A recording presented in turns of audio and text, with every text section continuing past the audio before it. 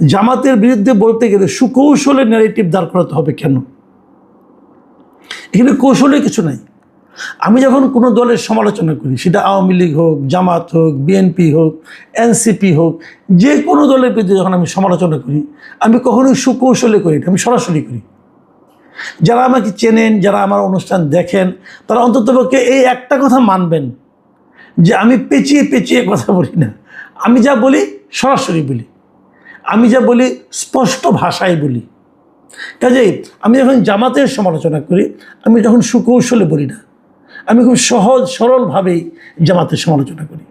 এবং একই সহজ সরল ভঙ্গিতে আমি আওয়ামী লীগের সমালোচনা করি, শেখ হাসিনার সমালোচনা করি, বিএনপিরও সমালোচনা করি, এবং এই যে বর্তমান প্রধানমন্ত্রী তারেক রহমান, আমি ওনারও বহুবার সমালোচনা করেছি এরকম ভঙ্গিতেই।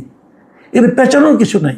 আমি জামাতকে পেঁচাবো কেন? জামাতকে সুকৌশলে জামাতের বিরুদ্ধে ন্যারেটিভ দাঁড় করাবো কেন? আমি তো জামাতকে ভয় পাই না ভাই। আপনারা তো জামাত করেন, কিন্তু আপনাকেও বলছি ভাই, আমি বাংলাদেশের কোনো পলিটিক্যাল পার্টিকে ভয় পেয়ে কথা বলি না, ভালোবেসেও বলি না। তারা যখন কোনো ভালো কিছু করেন প্রশংসা করি, যখন মন্দ কিছু করেন সমালোচনা করি। এবং এই সব কিছুর পেছনে কিন্তু আছে একটা চিন্তা আমার। সেই চিন্তাটা হলো, আমি চাই যে প্রত্যেকটা রাজনৈতিক দলের আলাদা আলাদা রাজনীতি থাকতে পারে, কিন্তু তারা অপরাজনীতি করবে না। মানে জামাত যে রাজনীতির কথা বলবে তারা সেটাই করবে, একটা বলে আরেকটা করবে, মানে হিপোক্রেসিরা তাদের মধ্যে থাকবে না। আমি এটা চাই, তাহলে আমি দলগুলিকে চিনতে পারবো। আমি জামাতের একজন এমপির সমালোচনা করেছিলাম, শফিকুল ইসলাম মাসুদের।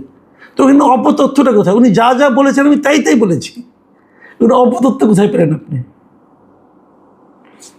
এবং উনি যেটা বলেছেন, জামাতের আমিরকে এই কথাগুলি বলবেন না তো। জামাতের আমির তো খুবই চিন্তা ভাবনা করে কথা বলেন। ভুল মানুষেরই হয়, হতে পারে, কিন্তু উনি যে অধ্যত্বটা প্রকাশ করেছেন, এটা জামাতের কোন নেতা, এরপর আজকে তো 4-5 দিন হয়ে গেল, জামাতের কোনো একজন নেতা কি বলেছেন যে শফিকুল ইসলাম মাসুদ যা বলেছেন সেটা ঠিক বলেছেন? শফিকুল ইসলাম মাসুদ বলেছেন যে খালি ভোট দিয়ে এমপি হওয়া যায় না, পাওয়ার খাটাইতে হয়। এটা কি জামাতের কোনো একজন লিডার বলেছেন? তো বলেননি। তা আপনি শফিকুল ইসলাম মাসুদের জন্য ওই পক্ষ নিচ্ছেন কেন? আবার শফিকুল ইসলাম মাসুদ একটা ভালো কথা বলেন, আমি দেখবেন তার সমালোচনা না, প্রশংসাই করব। যাই হোক, পরের কমেন্টে লিখেছেন রুবেল খলিফা।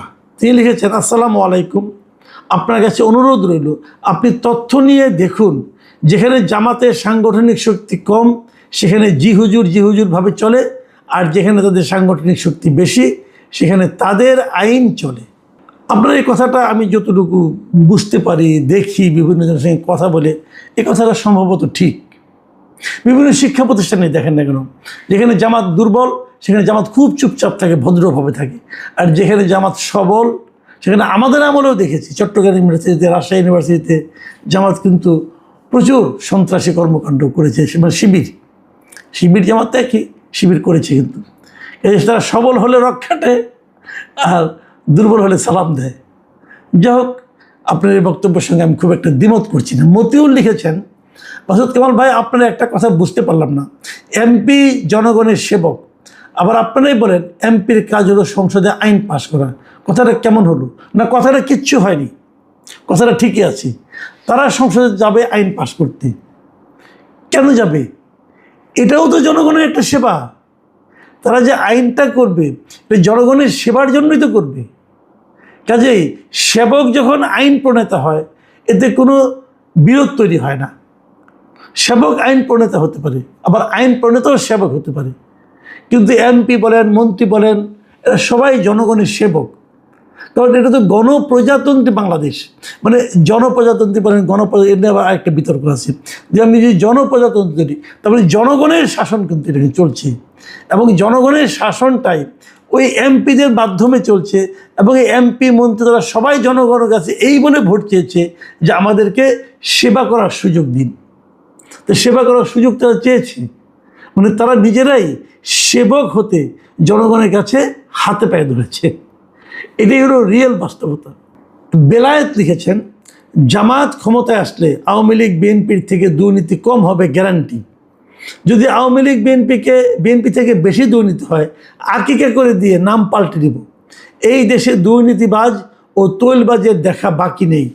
জেনজি বাহিনীর স্টুডেন্ট ও সফট ফ্যামিলি ভোটার ব্যাংক বিশাল রয়েছে জামাতের, যদিও জামাত ক্ষমতা প্রয়োগ বুঝে না বা স্থানীয় শক্তি কম। ধন্যবাদ।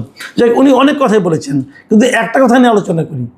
জামাতে যদি ক্ষমতায় যায় তাহলে আওয়ামী লীগ বিএনপির চেয়ে যে দুর্নীতি কম হবে, এটা মিস্টার বেলায়েত আপনি গ্যারান্টি দিচ্ছেন।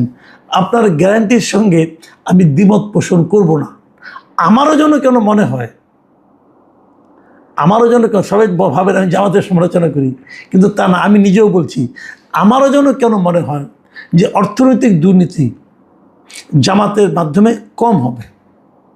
কারণ জামাতে দুজনে এমপি ছিল বিএনপি আমলে, তাদের বিরুদ্ধে কিন্তু দুর্নীতির অভিযোগ পাওয়া যায় না। অন্য অভিযোগ পাওয়া গেছে, কিন্তু অর্থনৈতিক দুর্নীতির অভিযোগ খুব একটা কিন্তু আমি শুনিনি। এবং এইবার জামাত অনেকগুলি সংসদ সদস্য হয়েছে, এমপি হয়েছে অনেকগুলো। এইবার বরং আমরা বিবেচনা করতে পারবো যে এই যে তাদের 69টা এমপি আছে, এই এলাকাগুলি কেমন চলছে, এগুলো আমরা দেখতে পারবো। তাই সেটা হয়তো 1-1.5 বছর পর আমরা টের পাবো যে আপনাদের এই দাবিটা কতটা সঠিক, কতটা সঠিক নয়।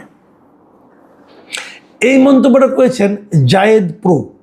তিনি লিখেছেন, কাল আমার কমেন্টগুলো পড়বেন কিনা জানি না, কিন্তু একটা কথা বলি ভাই, আপনার সবাই জামাত বা এনসিপিকে যেভাবে ধরেন, কিন্তু বিএনপির অপকর্মগুলো এইভাবে ধরেন না। যদি তাদের মতো ধরতেন সবাই মিলে, তাহলে আওয়ামী লীগ ও বিএনপি সোজা হয়ে থাকতো। ভাই, আপনাদের ওই সুশীল শ্রেণীতে সমান দৃষ্টি বিষয়টার উপর আমল করার আহ্বান করবেন বলে আমি আশাবাদী। ভাই, কমেন্ট পড়ার পর বলবেন যে আমি তো সরকারি দলের বিরুদ্ধে কথা বলি। ভাই, এই উত্তরটা থেকে আরও ভালো উত্তর আপনি দিতে পারবেন বলে আমি আশাবাদী।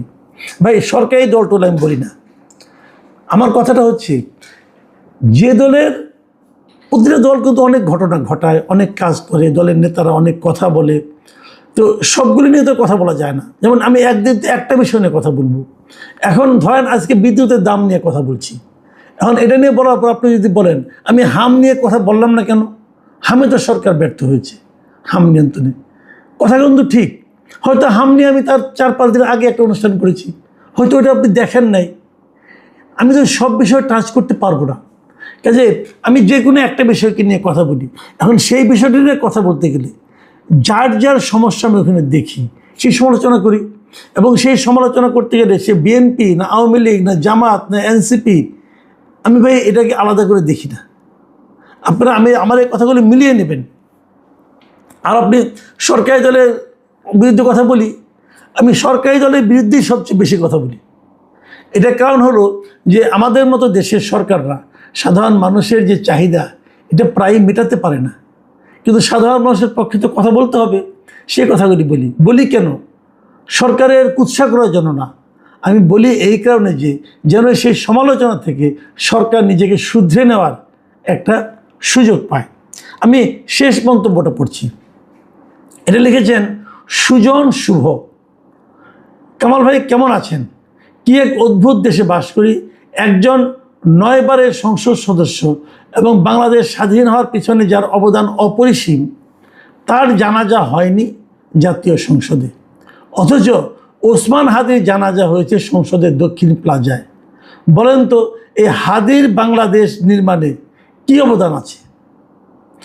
আমরা দেখেছি সাদেক হোসেন খোকার জানাজা অনুষ্ঠিত হয়েছে সংসদ ভবনে, আর তাতে এই তোফায়েল আহমেদ সহ অনেক রাজনীতিবিদ জানাজায় অংশ নিয়েছে। রাষ্ট্রকে তিনি যা দিয়েছেন, রাষ্ট্র তাকে কি দিয়েছে? কিছুই না।